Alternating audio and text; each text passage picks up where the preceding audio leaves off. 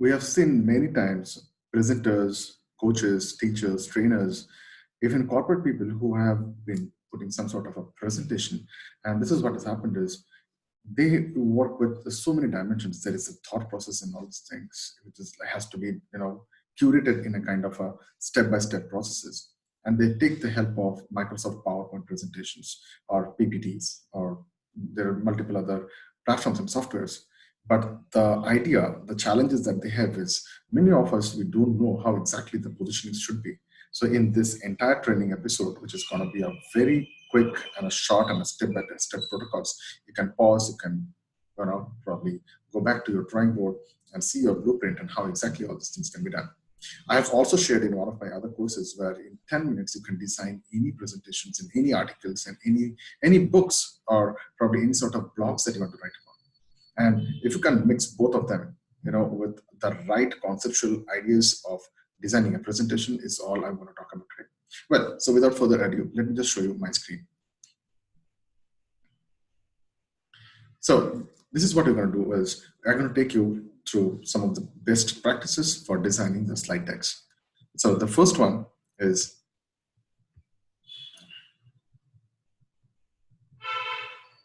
the layout and the design tips. So I'm going to be taking a very short duration into making you all see it, because I'm going to be showing you exactly how the presentation should look like. And you can use the coloring, layout, design tips, whatever I'm talking about, you can use it in any other dimensions that you have. So first one is use a widescreen slides that is 16:9. Okay, now majority, this is something which is already preset, but still you can go back to the settings and find out the canvas size, and you can use the wide screen slide, because this is where right now all the projectors, all the laptops, all the desktops has already been configured as widescreen. Don't include your whole presentation on one slide. Your audience didn't come to read actually. So there are a lot of people I have seen, they use all this stack up presentation. This one of the examples is something like this. Okay, you have all these things put together into pointless thing, but this is not, your audience would not like it, because it's more of a readability. The interaction ways of talking about all these points is better if you are able to put all these things into different ways. So this is absolutely a no. Never do any presentation like this with all these points and stacked up into one places. The why I'm asking you to do this is it is too much information to take in. And if you are able to see my screen as well, there is a background, there is a pleasing color, there is a contrast, there is some sort of a highlight, there is a bold, and we'll talk about all these points in the next points. So instead, what you're going to do is try to stick to one idea per slide. This is the ideal way of showing a presentations. Okay, so rather than getting into the documentations, design the slide. If including multiple points on one slide, keep bullets limited to in a lengthy and in terms of the quantity. So probably the 3 is an ideal way, and I think the best way is probably have some sort of an image or some sort of concepts which has been written, explaining that particular one point. Make it short and sweet. If a slide is like starting to get long, then break it up into multiple slides, or you can use partitions in the same slide itself, like how I've done with white and orange or yellow. Copy and paste supporting points into a new slide. So have this thing, designed and designated into multiple small formats. And this is one of the nice ways to do it is like this. You can have small bullet points like this. You can talk about the bullet points and you can explain one more line. So that it doesn't make a clutter.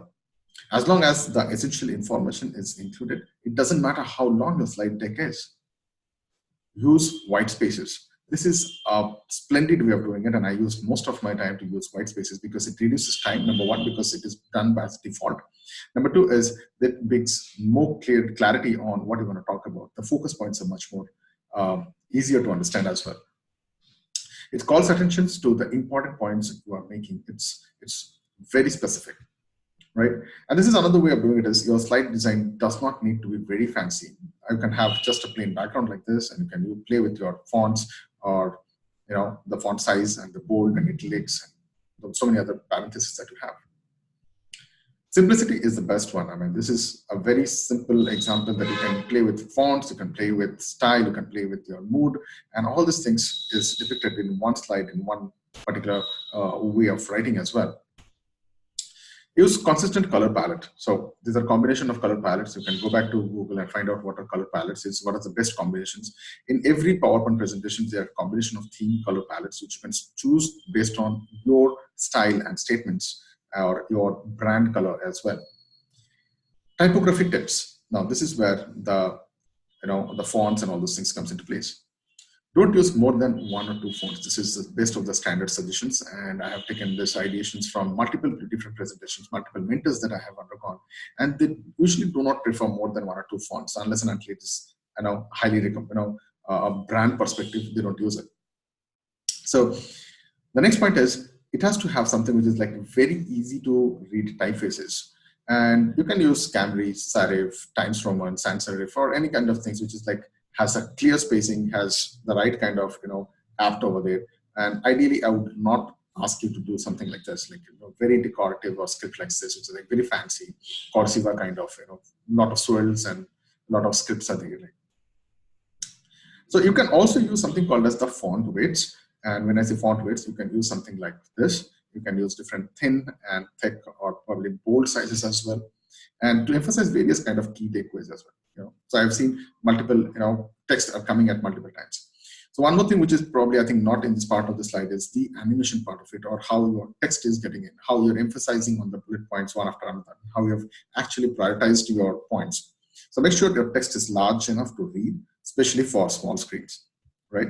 Because what has happened is the present generation are using most of these presentations and slide decks and everything on their phones. They're working at mobile, right? So that's the next gen, and and this is what we recommend is have a header text of around 90 points and body text of 70 points, which makes it very, very crisp. And this is a kind of a nugget which usually people don't talk about.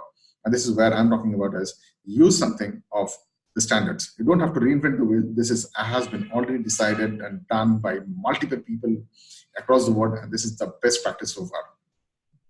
So going forward, so think of this as a baseline, adjust all whatever is required in your next presentations, and make it something. If you have a 5 minutes presentation, like for example, for this particular example, in fact, is I have already into 32 slides out of 50 slides. You can see in the back, right? So this is the next point is an image tips. I'm going to give you a very quick image tips. Is you can use the full size widescreen images, which makes it much more connective, much more detailed, much more wider perspective as well. Or else you can use a part of this image. You can use a zoom out image, or you can use part of the structures just to relate the part of this the topic that you want to talk about. Always make sure that the text is readable on full screen size. So this is something that I would like to ask you is whenever you have designed a slide deck, go back and check it on your mobile phones, Android or iPhone, whatever the phones you have, and find out if it is really readable. And this is something that does not need more of a ponder. And here are some of the few tips that I can show you. One, choose an image with a plenty of white space. I'm sure you will get a lot of this space, and I'm going to help you, and I'm going to make much more better with this particular presentation. I'm going to tell you about where you can get this kind of images as well, and yes, without spending money. Point number two is you can add the text on the top of the solid color shape. So this is like more of a high-end emphasize. You have a next level, and that's kind of a highlighted part which can actually stand out in this entire slides. Your image talks louder than your words. Point number three, this is the last of the examples, is you can add some sort of a background. Now, this has been used by some of the major mentors and coaches and trainers across the world. They have some sort of a background, add a kind of a rectangle on top of this image and reduce the opacity and the rectangle so that this particular image speaks through, but the text is really legible, right? So these are the two websites that you can use. Probably can get a lot of ideations to collect the photos. Unsplash.com and pixels.com. And definitely this is something which always stands out is you can create those kind of amazing image, and the fonts can do a miracle for you. And these are certain things which I call it as the highlighted points, the nugget by which you can woo the entire audience are such kind of blessing image, I call it as. Okay, so you do not need to be a designer and implement these steps. You can actually directly use such kind of ready-made free samples which are always available online, and you can use the white space or the blank space to curate. To make your solid slide decks, these are the kind of three different tools that is most prominent: PowerPoint, Keynote, and Google Slides. And as I said, you can also use some of the editable templates from canva.com, creativemarket.com, and trust me guys, these are all free. So this is the golden nugget that I have just shared with you, and I'm sure you will have a lot of fun playing with this stuff.